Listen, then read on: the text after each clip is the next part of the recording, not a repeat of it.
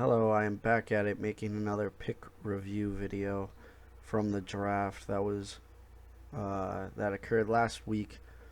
I completed picks 1, 2, and 3 in the first video. I'm going to be starting with pick 4, which was Danny's team. At pick 4, he took Dalvin Cook, which, respectable pick. I like Dalvin Cook. I don't trust him too much. I think he's injury prone, but last year he proved that he can get it done all season long. Next, Danny went with Mike Evans, which was kind of too early, a bit of a reach. Devontae Adams and Julio were both on the board. I would have taken either one over Mike Evans, and I probably would have taken Chris Godwin over Evans as well. And it sucks because already Mike Evans has tweaked his hamstring, and hopefully that isn't going to be a season-long thing. To go into the third round, I think Danny made a really good bounce-back pick with Chris Carson. I am a huge believer in Chris Carson. I think that he's a monster. Round 4, Melvin Gordon. I don't trust Melvin Gordon. I like him as a player, but it's going to be sketchy there. Ertz was a good pick. I like that pick. Brandon Cooks, Kareem Hunt, both schmeh picks. And then this is where Danny kind of went off the tracks a little. He grabbed Jack Doyle and then followed that by Hunter Henry. One, I feel like that is way too early for Jack Doyle to begin with.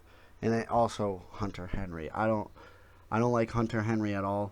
Trey Burton is hurt in Indiana, so at least Jack Doyle's the starting tight end. But when Trey Burton comes back, it's probably going to be 2 tight ends there. It's just going to be a mess. And there was a lot of good players still on the board. Who knows what Danny was thinking. But, Jimmy Garoppolo, first quarterback. Again, I don't like that all that much. I wouldn't want him as my quarterback. And then the rest of his picks are like pretty. The highlight of the rest of his picks, Golden Tate, I guess. He chose both Robbie Anderson and Curtis Samuel. I guess maybe he wants to see which one has the possibility of breaking out as the deep threat in Carolina. I just don't trust it. And Adrian Peterson, which at the time he was on the football team, Washington, but he got cut and now he's on the Lions. So yeah, the bench, not that great. 3 tight ends, weird. And then even the starters, I'm gonna have to give Danny a draft grade of a C minus probably. I'm not gonna put you in trouble of the D, but I think that he could probably get together a half decent starting roster, but it's going to be kind of tricky. All right, so on to pick 5, or 5th person to pick in the draft. It was Mike, a.k.a. Gunkle Mark's Wrestling Camp. He went in and invested in Derrick Henry at 5, which a lot of people might think that's too early, but I personally really like that pick. I know that Matt wanted him at 7, I believe. I think that Derrick Henry could be MVP caliber this season. I think he is MVP caliber this season. We're standard format, so we don't really care about catches. I probably would have even picked him at pick 4, to be honest. I'm huge on Derrick Henry this season. In the second round, Mike picked Tyreek, which I really like this pick. It was good value. I think he is the only guy, besides Mike Thomas, that I would maybe pick at wide receiver over Adams or Julio. Next was Kittle. I think that Kittle is a really good option in the third round, especially where he was getting them. I was planning on taking Kittle or Kelsey, but Kelsey went early, and then Julio fell to me. So I like that pick. Odell is going to do what Odell does, which is usually 1,000 yards and a few touchdowns. This year, he is super motivated to have a quote-unquote bounce-back year, even though I'm pretty sure he still finished the season with 1,000 and like over 100 catches last year. Like a good season, but just underwhelming for what we were expecting. Cortland Sutton next. Good pick, just solid pick, high upside. He's also safe too.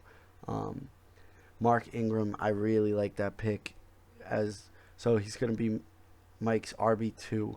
Um, I think that is really safe. And then if you look later in the draft, he also picked up Dobbins. I think that locking up the Ravens backfield is going to be super safe. If Dobbins emerges as the one, which I don't even think he will, I think Ingram's going to have like another 1,000-yard rushing season. Um, so yeah, Russell Wilson at quarterback, that's really nice. Singletary, he's a great flex player.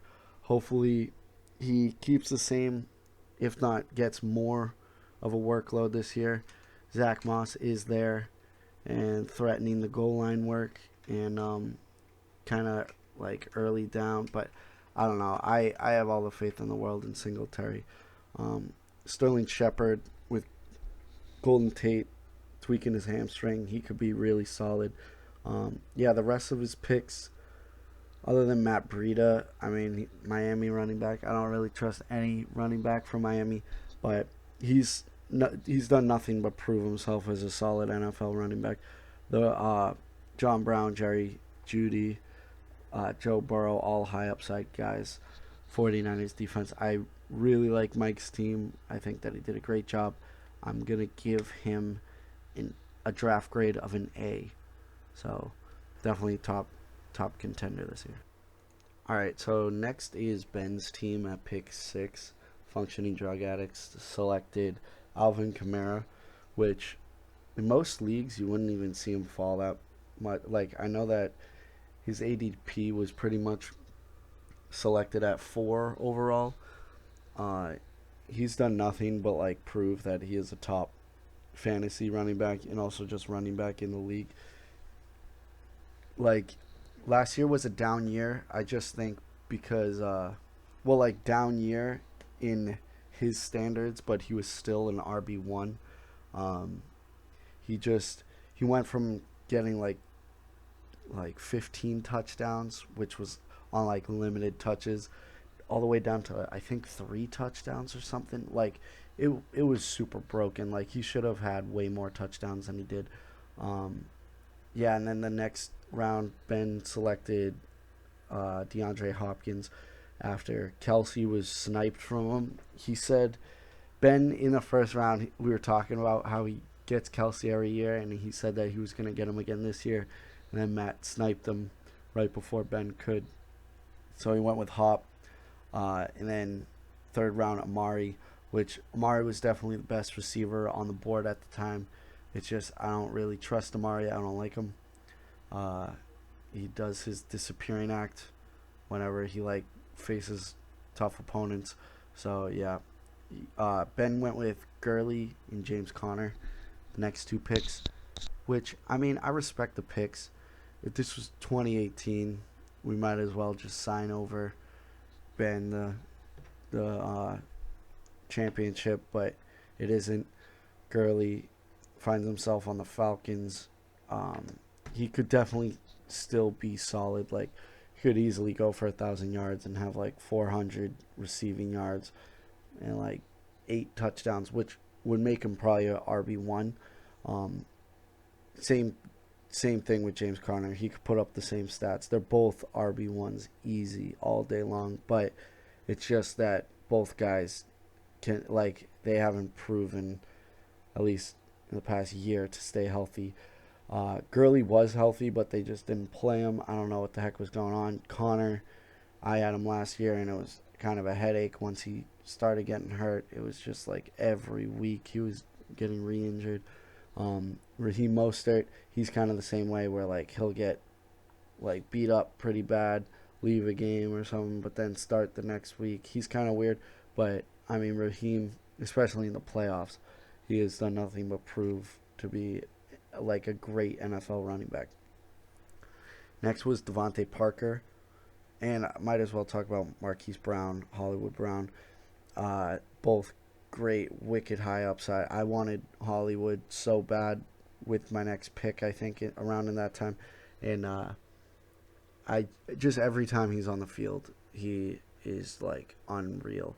Um, Parker, he proved to be a top 10 guy in the second half of the season once Preston Williams got injured.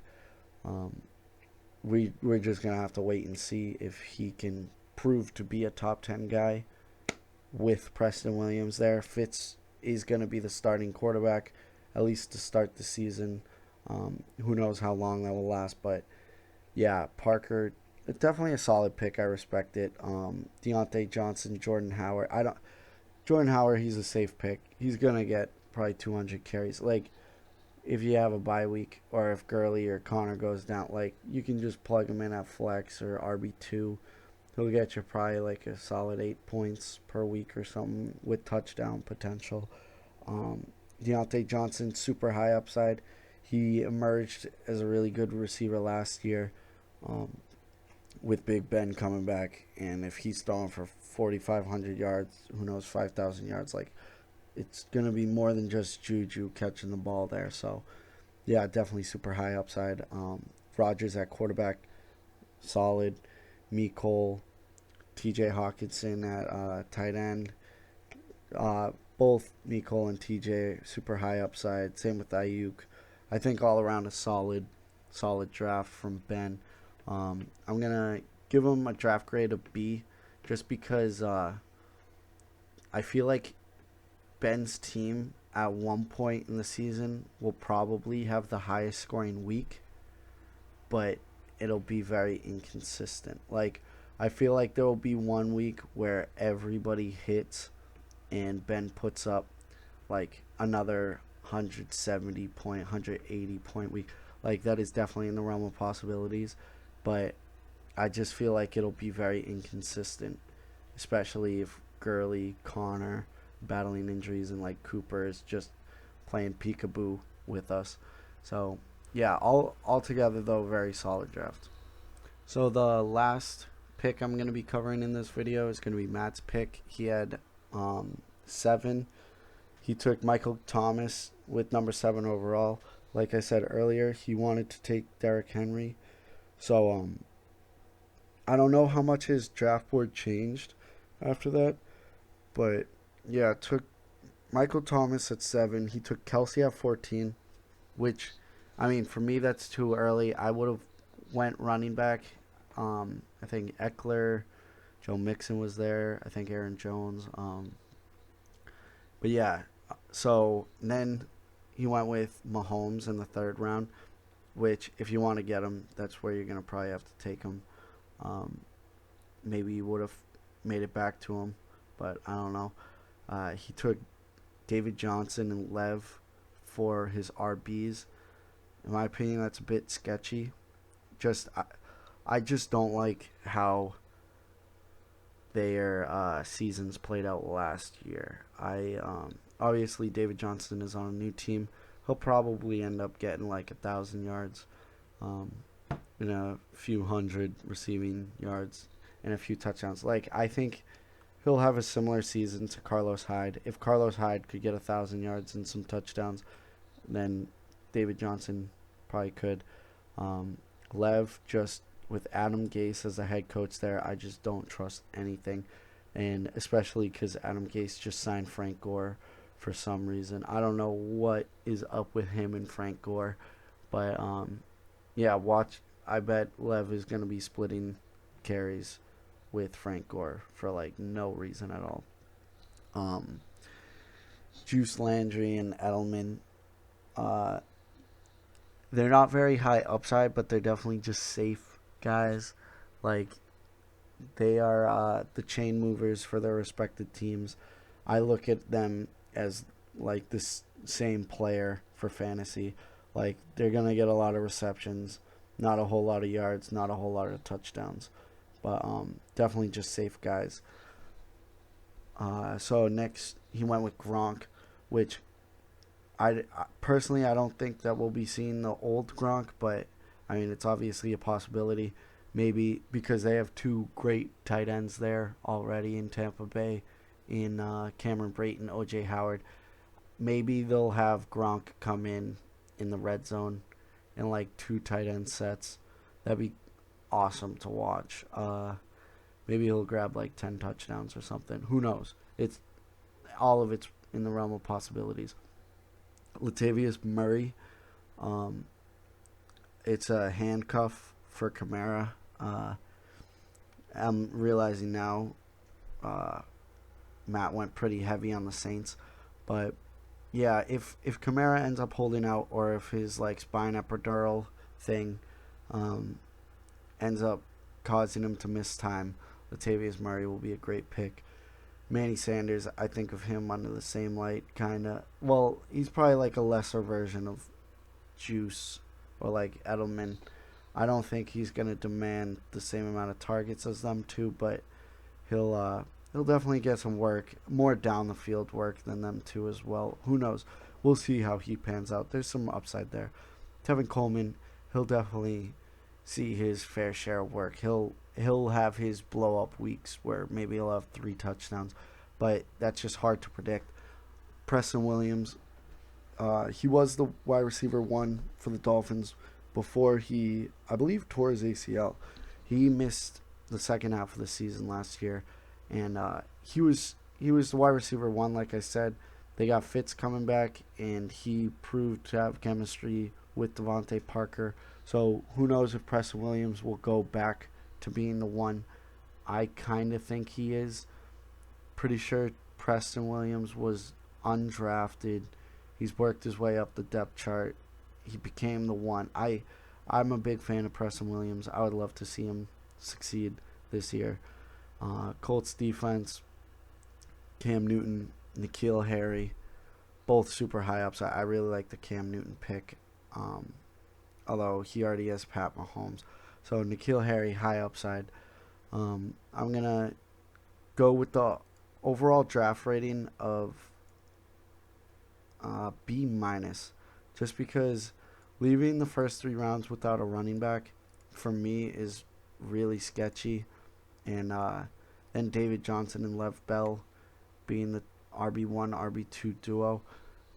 Yeah, it's just kind of scary, especially with after that, Latavius Murray and Tevin Coleman being your only depth at running back. It's sketchy, but it can definitely work. Yeah, it can definitely work when you have other positions on lock, like Pat Mahomes and Kelsey. But yeah, I'm going to give the draft grade a B-. So this video is longer. I did an extra draft pick. The next video will be the final 3 draft picks. Yeah, if you